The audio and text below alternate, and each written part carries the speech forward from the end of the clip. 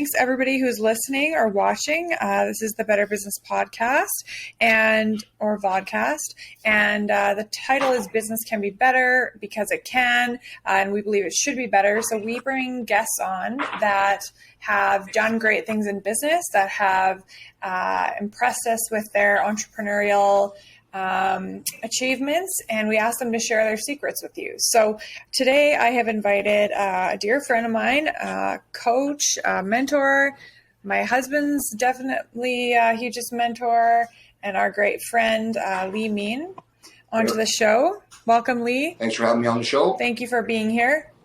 Of course. Thank you for your patience while we figured out Riverside. Sorry about that.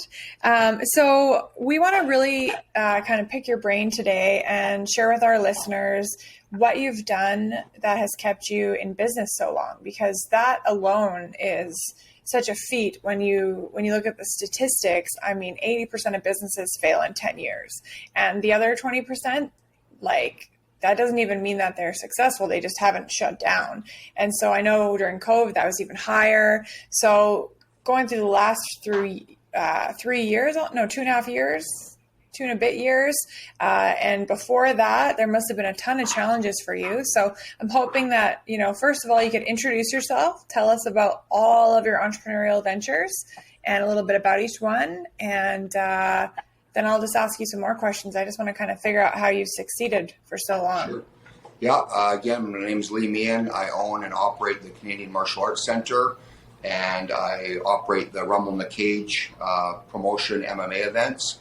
And I've been doing the martial arts gym for over 25 years and over 20 years for the Rumble in the Cage event. So have some experience in running those things and the different concepts of the one-off type shows to the steady business of the gym.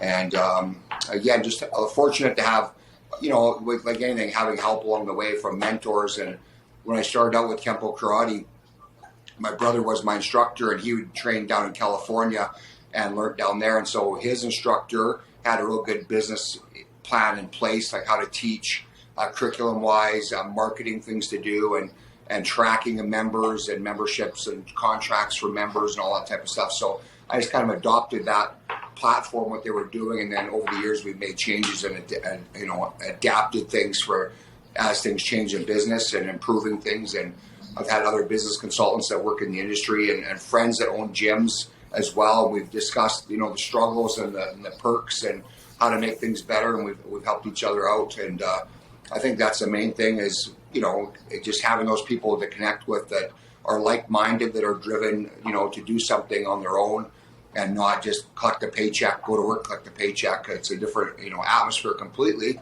And there's pros and cons to both those things. Some people need that security and they need that, 9 to 5, get the paycheck and the benefits. And some people, like myself, just like that being free and you get what you get from it, right? So it's going to be successful or it can fail. It depends on how much work you put into it. So,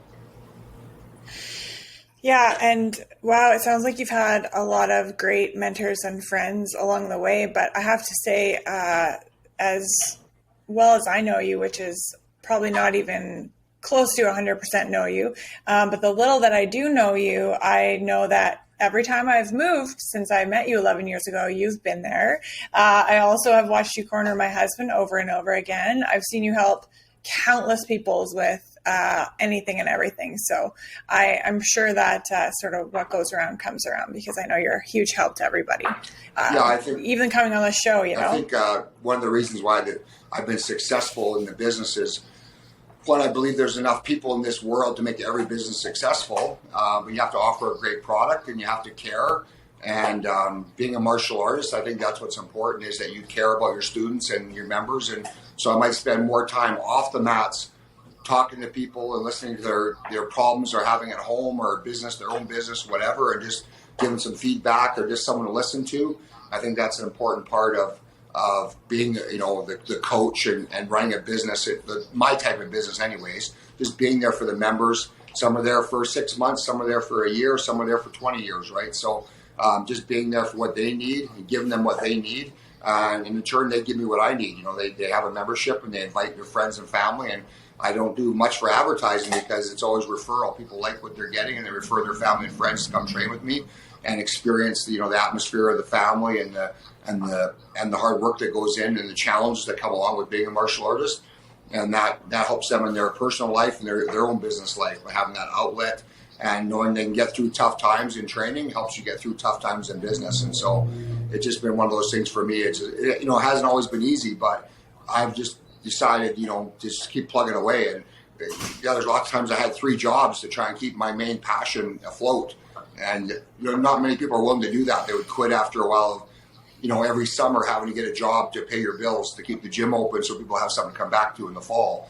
And so that it takes time and, those are things that you got to do. And not everyone's willing to do those things. And I get that. And they want the security and all that. And your family wants it. And it's 100% a factor. I've just been stubborn, I guess. And this is something I've always loved doing. And money, no money, I've always liked doing it. And so it's nice that it's paying off where I can actually afford to, buy the car you want and do the things you want to do. And it makes it fun.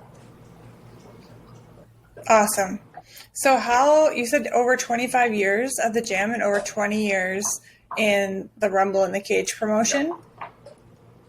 And you were saying one of your biggest sources of new members or clients or customers is referrals from existing customers. Yeah, so that's awesome. And we do some marketing, obviously Facebook ads. We've done different stuff, and we've back in the day we had used yellow page ads were a big thing, and everyone had to have the top spot in the yellow page ad, and because you want to be number one, and everyone sees you first, and all that. And now it's Google. They have people calling you to say, "Hey, we'll boost your site to number one." I'm like, well, I may not be number one on your Google site, but I get more calls than anybody else, so it must just be again why are they coming here, right? So. And that's a big thing, right? The building's clean, the gym is clean. I got great staff, I got great instructors, a great team, and so, if people come in, it's not for everybody. That's why I like that there's lots of gyms in town. You'll find the one that fits you best and where you feel most comfortable. And I encourage you to try out all the gyms for that reason. You're in business, and I'm in business to make people happy and make money. And I got to offer a product that they like and that they want to keep doing. And so that's kind of how I map it out when I'm looking at things I'm going to do. Yeah, you do have a great team. I'm glad that we got a chance to talk about that. That comes along with great leadership. So I guess what do you think your top 3 leadership characteristics or strategies have been that have gotten you this far? If you had to tell me three things about you that you're like, well, again, because and you already said stubborn, so not that one. I think just consistency. Like sometimes when you have involved in business, you're not sure if it's going to be around, so you might not put all your effort into it, or you're maybe always have something on the back burner just in case it goes away or whatever. And I think consistency is people know that I'm in it for the long haul, and I've been doing this forever. Money, no money again, but I'm consistent with keeping it going. So that's one thing. Yeah. I'm really laid back, which for some people that works great, and other people they don't like that. They like more structure, but I like to let things just kind of ride it out and see how it works out on its own, and step in when I have to. Or if someone brings up a concern, then I'll deal with it. But I like to just let things plan out. I think people need to learn that, how to deal with problems and how to deal with each other. We're all humans. We're all adults. We don't have to fight about things if we don't agree. We just have to find a resolution and make it work. And if we don't agree with each other, we can still be friends and disagree on things. But, you find a way to make it work. And I think those are, I guess, some ways make me successful and maybe some ways hinders. There's always a downside to the opposite of what you're doing. But I'm okay with that, right? I'm okay with the casualness and the problems that come with that. And I'm just going to, stay sticking to it. And again, that consistency, being laid back, it works for me and how I like things run.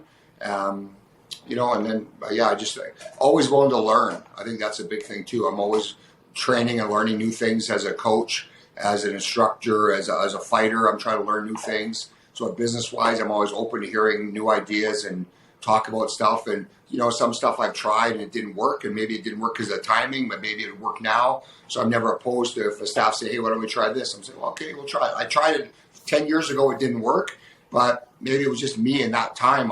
I wasn't in the right headspace to make it work, or the environment and the economy has changed, and so maybe it'll work now. So I let people run with things and play with their ideas and see if it'll work, and I don't have to be in control of everything that goes on. I like people to learn and develop their own skills and personalities and let that thing pan out as it goes. Well, that's a skill that is really hard for a lot of us, like delegating and letting go of, because you are really laid back and easygoing, and you do have great relationships with everyone. But I know Jen is super organized and structured like me. So having her there and having her have some autonomy and be allowed to organize things the way she wants and help with marketing and things like that has got to be a huge strength. Yeah, it helps me huge because she's doing the stuff that I don't like to do and don't want to do. And which again, and she loves it. Yeah, and she loves that. She loves spreadsheets and stuff, and I don't even want to open one.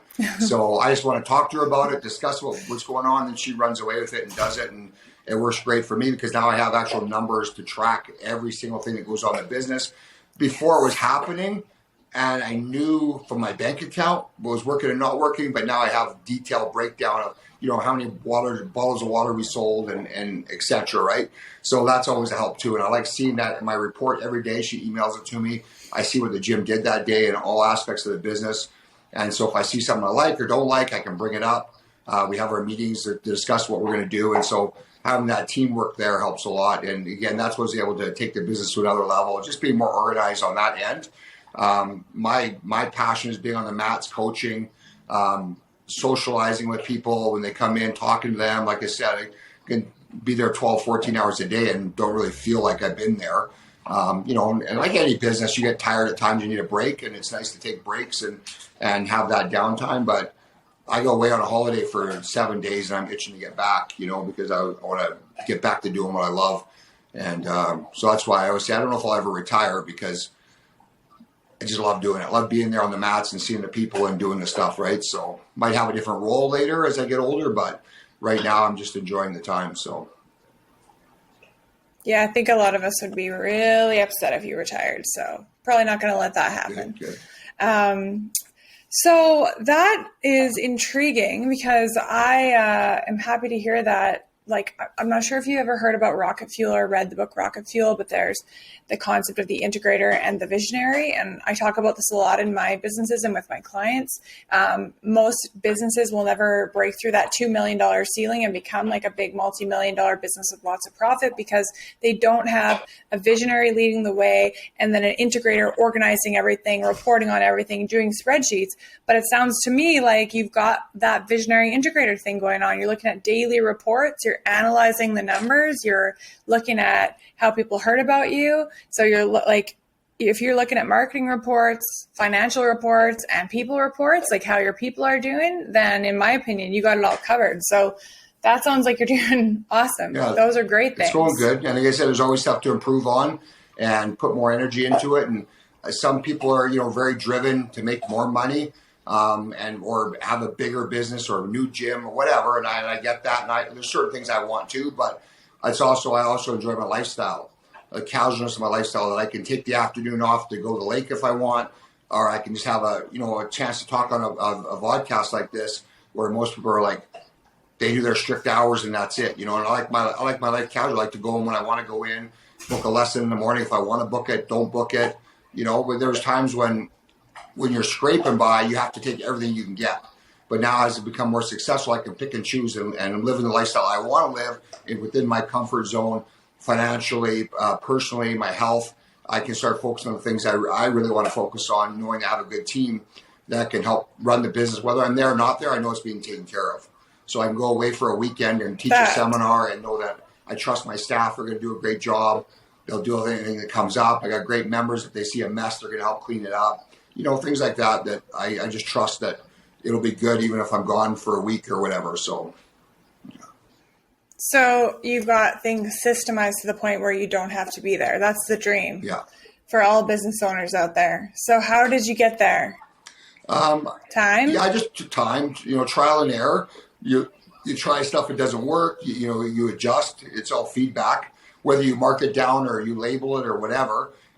I go by my gut a lot, my gut instinct on what I feel is right, what I feel is wrong. And I kind of go with that. And I just do that. And then like having the right people, you hire someone, they're good, and you think, man, this is so good, and then they want to leave. It's scary because you're losing a member that was valuable to you. But to remember that whenever some person leaves, that opens the door for something greater to happen.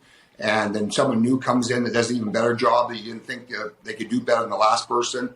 And so that's just reconfirming to me, to value what I have as a product, and knowing that the right people will come to me because I'm doing the right thing. So that's a big part of it for me, is just trusting the process that will happen. So, yeah.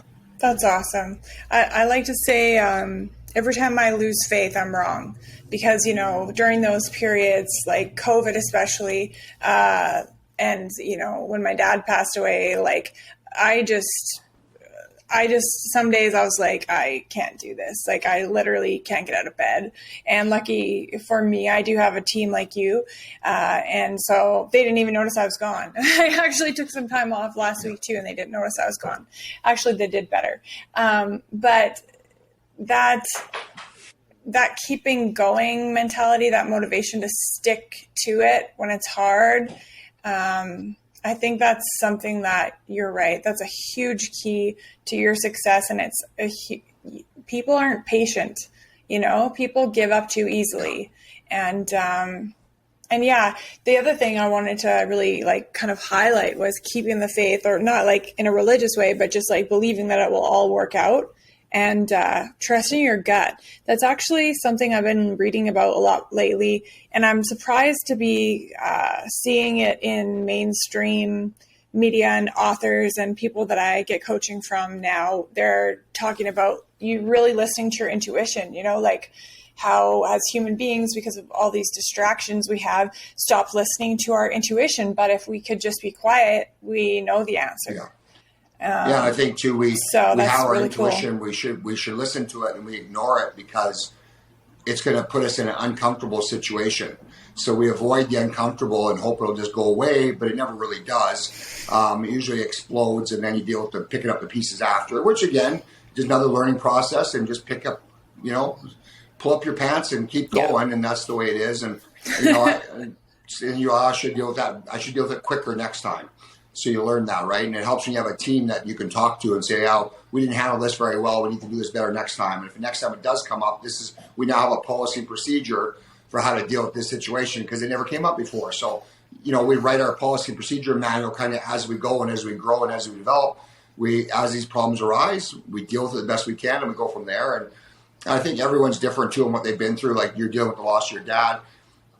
I dealt with the loss and a lot of hard stuff when I was really young. So now I'm kind of hardened to it now, where it still bothers me, but it doesn't control me. Having my son grow up in a wheelchair and my dad dying really young, I've been through so many hard things that, anyways. So you said you like to talk to your team about things, get their opinion on things. And you also said you had a policy and procedure manual. That is amazing. That's the last thing that most business owners want to do when I work with them.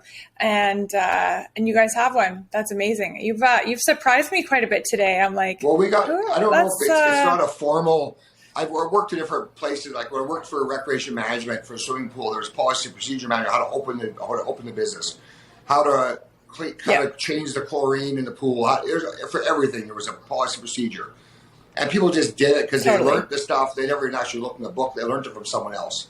And so, we have a loose binder like that. Like, how do we open? Yeah, we have it. But no one ever looks at the book because we're all here. We've been here forever. But if I had someone new come in and say, hey, actually, you should read this. Or, this is what you need to know.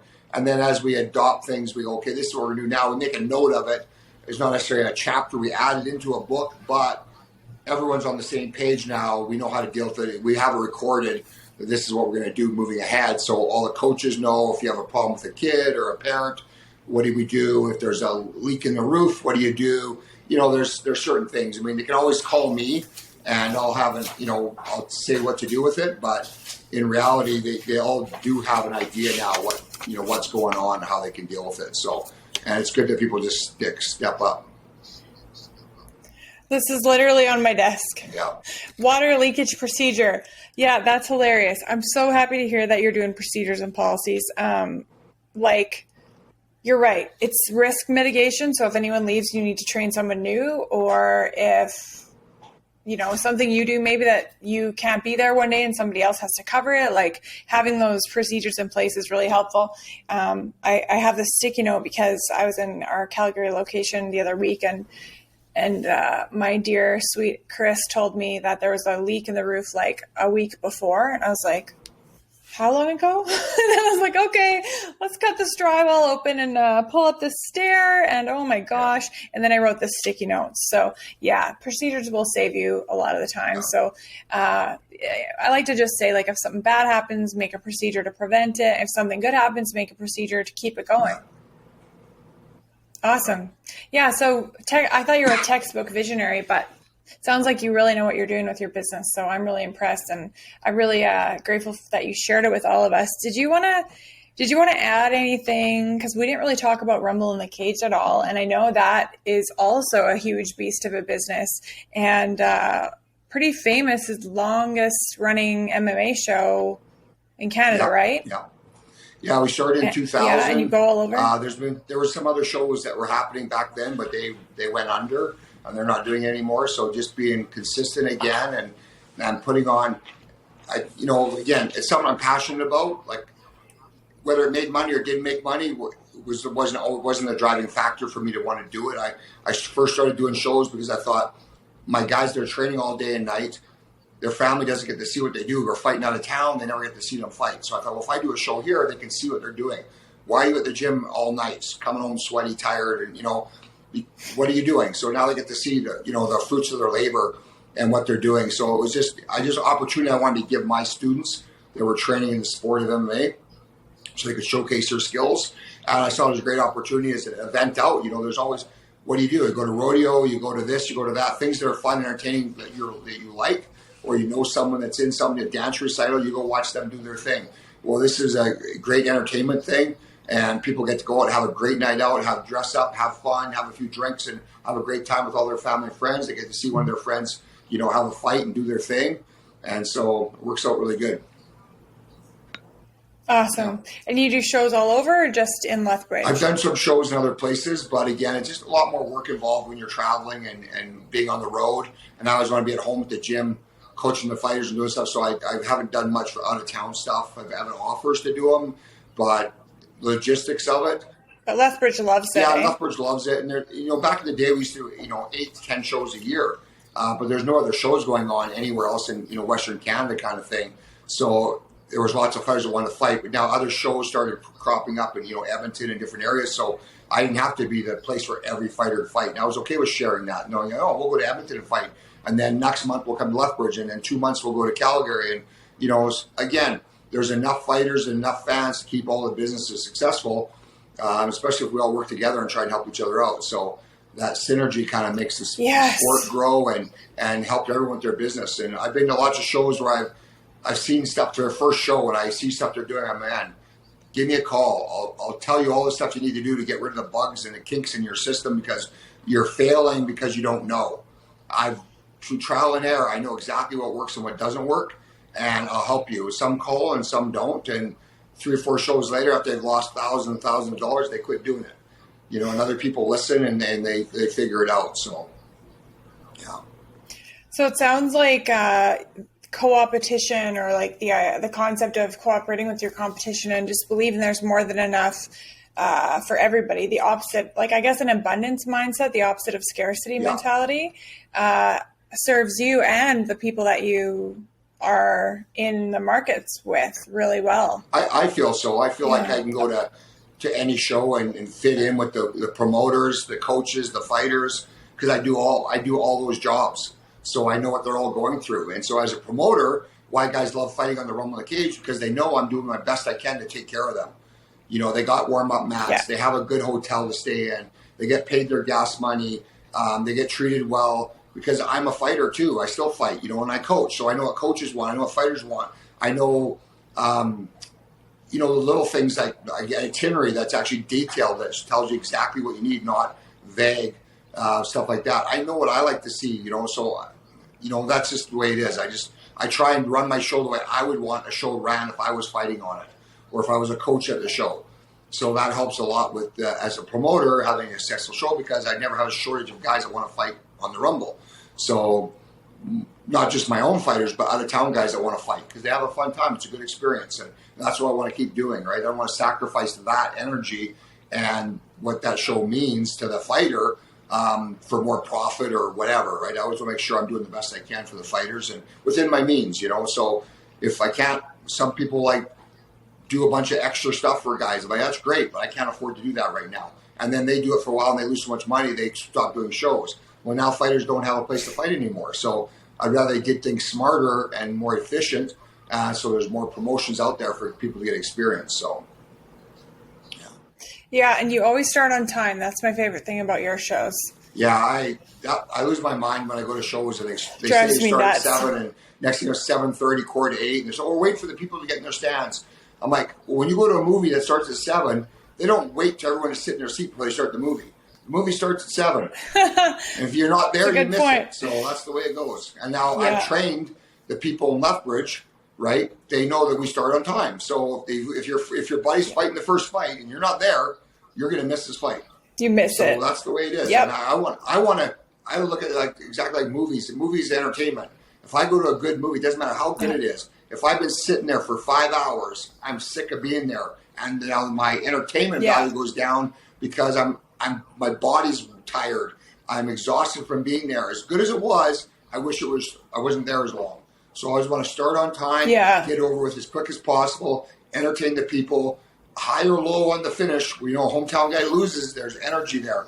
And there's an emotional connection to that show then because your guy lost or because your guy won. And you want to go back and see if he wins the next time or get that emotional high again because it's exhilarating, exciting, and the crowd cheering and all that stuff. So that emotional connection is a big part of a show. And I want people to experience that. I want the fighters to experience that, win or lose. I want them to have a good experience and know that's something that made them better at the end of the day.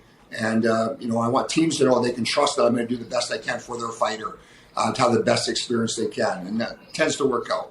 And, the companies that sponsor the events, they're getting value for their money because they're getting advertising. Like I said, I would give them big screen ads, social media posts. They get to come out and bring their staff or their customers to the show. They have a great time. It's well run. It starts on time. All those factors we talked about. And they come away, man, that was a great experience. I had a great time with my staff. Or I had a great time taking clients to this event. It was a lot of fun. Best money I ever spent. And that's kind of what I want to do for them as well. So. It sounds like you really, really, really care about giving everybody, like staff to clients to fighters to competitors, the best. And that's something I think that a lot of business owners miss out on. Like somebody will ask you for a Google review and it's like, you just gave me a mediocre experience. Like your product sucks. You don't want a Google review from me. Like they're really good at asking for those. But like the very first thing you have to do is be amazing, be exceptional, treat people like the way you want to be treated, make it an amazing product, service, or experience. And it sounds like you do that all around. And I also am kind of hearing that you have a unique advantage because a lot of the times when business owners are creating their marketing or designing an event or something, they're thinking like, well, whatever I want would be good. But in your case, so when they usually think that that's wrong because they are not their ideal client, but you are every one of your clients as well as, so you do have the mindset that you need to design the things. That's awesome. So do you still get feedback from clients or customers or people like in a systematic way, or you just hear like both by word of mouth? We put out, because we want to make the shows better. We want to do more for the client. So if we have someone advertising with their sponsors that buys a VIP table and sponsors a show, I want to know that we send them an email asking what you think. How don't just blow smoke, say you loved it. I want to know what you think. What do you think we could have done better, or what would you have liked to have had more? Can I? Because if I can do it, I will. And sometimes that works, sometimes it doesn't, right? But what didn't you like? What did you like? And if you have stuff, because again, you get comfortable doing what you're doing, and it might not be, times change. So maybe you have to make an adjustment on the size of the ad or how long it runs for, or better labeling on a table or whatever, right? Little things like that to make people feel special, giving them what they want to give. And that's what we're about, right? I'm in the entertainment business with the promotion, and I have to create value for that and for the fighters and for the sponsors. And we're doing, we try and do the best we can. That's why I'm always looking for people that can help in that capacity to give the best back to the customer, so that they feel that they're getting that value. So. Awesome.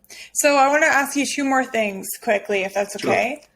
Sure. One is, if you could only give one piece of advice to all the business owners that are listening and just thinking like, man, if I can make it 25 years, I'll be happy. If there's one tip that you can give them, like that you think is the most powerful thing. And then I'm going to ask you to talk a little bit about the Rumble that's coming up, because I'm sure everybody listening would love to hear about it. And hopefully most of my audiences are in Lethbridge or Calgary, so Alberta at least. So hopefully we can get some people to see it, and then we can share it on your social and stuff too. So we'll kind of give them an idea of what it's going to look like, and maybe also what the sponsorship opportunities are. Sure. Yeah. So what do you think is the most important advice? I think everybody's different, but I think you got to be passionate about what you're doing.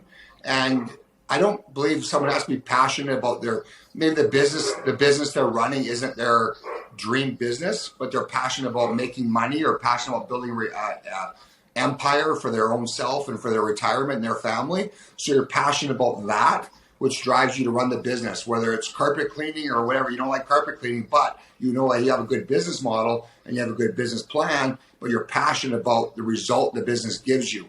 So that's one way of doing it. Or you're just passionate about business. It may never be a great money-making business, but you're passionate about the job itself. You love carpet cleaning. It's just something you love doing, the satisfaction of doing a good job. Well, then you're already set, and then you just got to, like say, hopefully you find the right way to make it, that it covers the base of what pays my bills. It does provide for my retirement, all those things. You can work it around, reverse engineer it however you want to make it happen, but you have to be passionate about what you're doing.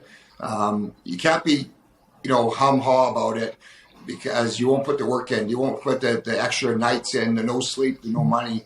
You won't put up with it. After a few years, you'll quit. You'll go to that security of the job and do a great job there and give 110% of that job you're doing and do the best for your boss. And they'll do the problem with most business as it is employees do as much as they can to keep getting paid, and the boss pays as little as they can but keep their employee around. And that's kind of the dichotomy of it, and which is frustrating. But again, a business has to make money, and they can only pay out what they can afford to pay out.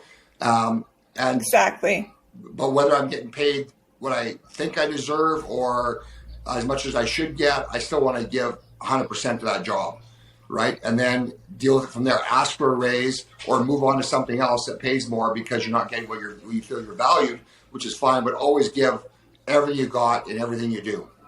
As a business owner or an employee, I think it's important that you think that way, because then everyone's given everything they can, and it kind of works itself out. Then if the boss isn't a good boss and not doing what they're supposed to do, well, then the good hardworking people will be taken by somebody else, or they'll go do their own thing. They think I can do it better, so go do it better. If you think you can run it better than I can run it, by all means, go do it that way, because it's your right to do that, right? And so I just think you have to have that internal passion on whatever angle you want with it. You have to have that passion to keep you through the hard times and to put up with all the garbage that comes with owning a business, all the garbage that comes with people, the negative people are trying to tear you down, the people they're not really there for your advice. They just want to run to everybody and sound off on everybody.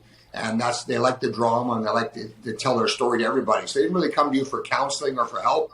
They just want to tell everybody their story. So you got to sort those people out too, and then remember the one person you actually spent time with and talked to or whatever, that actually helped them and they took that advice, or just the fact that you listened to them made a difference in their day and made their day better. So you have to take the wins and appreciate those in business, whether it's money or relationships with people, and I think that's a big thing. And I'm all about people. I'm a people person. I like watching people. I go to Vegas I never drink. I don't drink. I've never drank in my life. I've never gambled, but I just like Vegas because I like watching people. I think they're interesting. I like to see crazy stuff. I don't judge anybody. Do whatever you want. Be as crazy as you want to be. I got your back. So I just think it's important that we build relationships with people, with our competition, with everything, and there's room for everybody to be successful and good for them. If they can be more successful than me, then good for them. They're putting the work in that I wasn't willing to do, whatever that takes to get bigger or better, and I applaud them in their success.